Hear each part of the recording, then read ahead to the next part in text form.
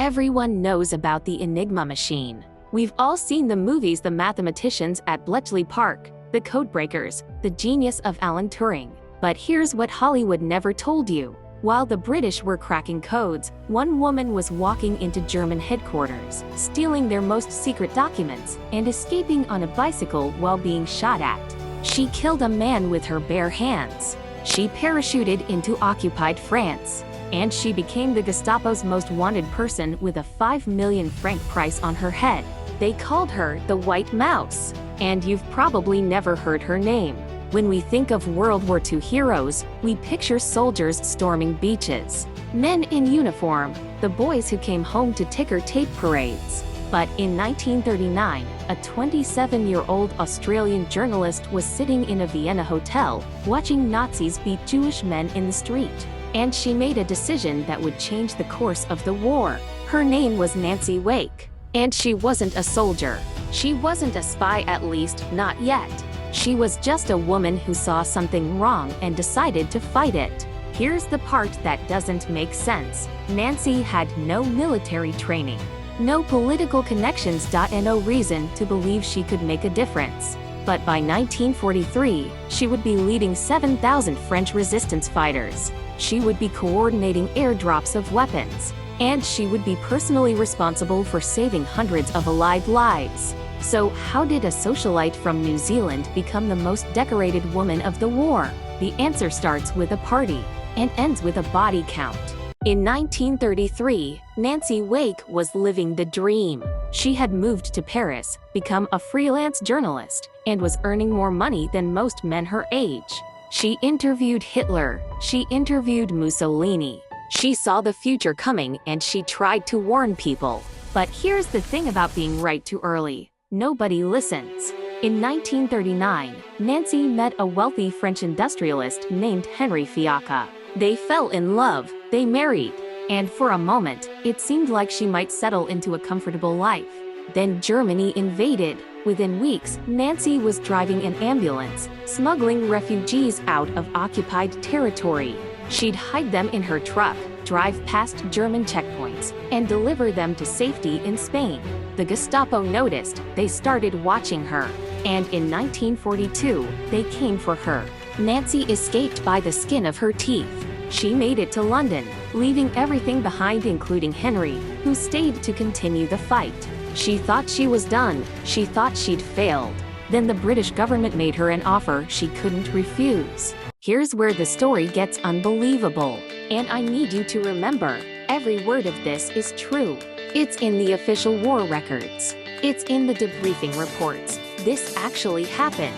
Nancy Wake's most famous exploit wasn't a battle. It wasn't an assassination. It was a bicycle ride.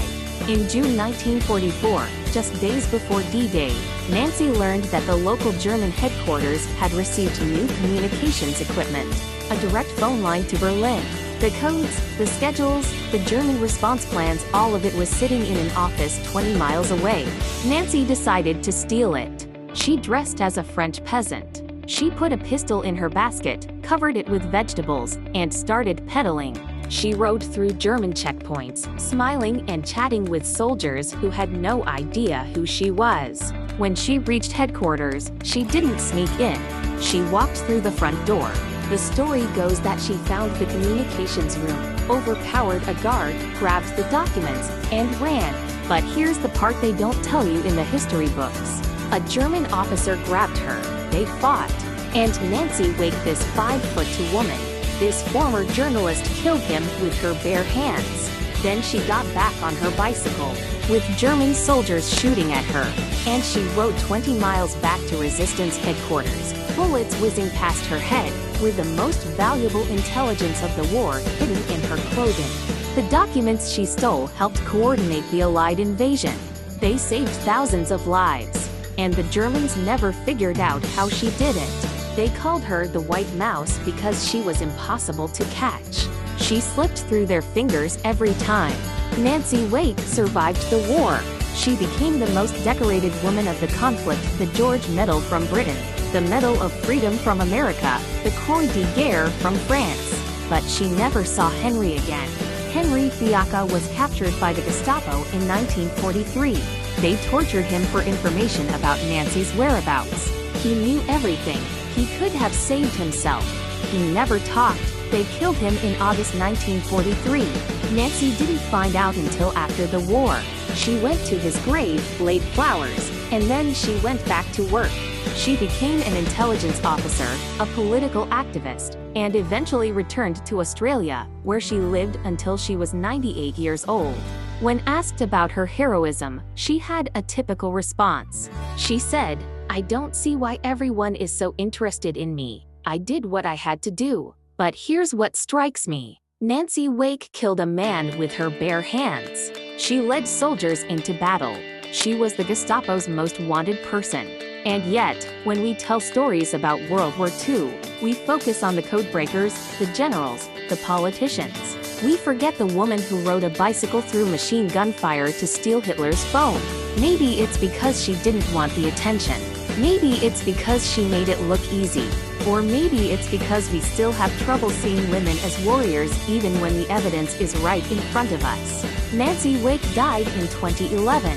She asked that her ashes be scattered over the mountains of France, where she fought. They scattered them in the village where she had led the resistance, where she had saved lives, where she had proven that one person, one woman could change the course of history. She just needed a bicycle, and absolutely no fear. There's a plaque in the village where Nancy operated. It says, "Her faith in freedom was stronger than any prison." I think about that whenever I feel like one person can't make a difference. Whenever I think the world is too big, the problems too complicated, the enemies too powerful.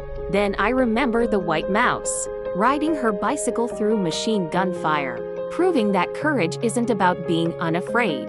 It's about being terrified and doing it anyway. What's a story from history that completely changed how you see the past? Drop it in the comments, I might make a video about it. And if you want more stories of the people history forgot, subscribe. We've got a lot more ground to cover.